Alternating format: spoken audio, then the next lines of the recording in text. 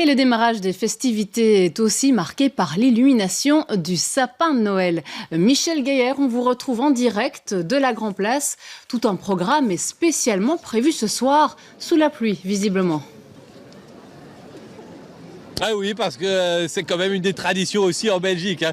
Cette petite pluie, cette drache bien nationale, mais ce n'est pas la Belgique qui est à l'honneur, hein. On le rappelle, ce sont les 11 nations autochtones du Québec qui sont là, qui sont d'ailleurs présentes sur le sapin qui sera illuminé dans quelques minutes. Vous voyez sans doute déjà les façades de la Grand Place qui prennent différentes couleurs. Et eh bien, sur le sapin, on retrouvera plus de 2 km de guirlandes, des LED évidemment, qui feront briller plus de 200 000 lumières. Mais il y a aussi quelques objets traditionnels de nos voisins de l'autre côté de l'océan. Il y a notamment un inukshuk, c'est comme ça qu'on le prononce, et c'est un empilement de pierres qui doit revêtir qui revêt une grande importance symbolique et qui permet notamment de relier les hommes de la Terre avec ceux du continent recouvert de glace. Voilà pour la petite histoire. Concrètement, eh bien, les illuminations, elles vont débuter dans quelques instants. On les attend. La Grand Place est noire de monde. Beaucoup de gens qui sont venus assister à ce spectacle. Et puis derrière, il y aura un son et lumière qui se répétera toutes les heures jusqu'au début du mois de janvier, tous les jours de la semaine, et ce sera évidemment un spectacle à voir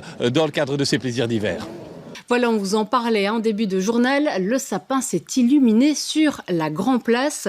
Il marque le début des plaisirs d'hiver. On peut voir des lumières bleues et rouges que vous pouvez admirer pendant 5 semaines. De nombreuses personnes sont venues le découvrir ce soir.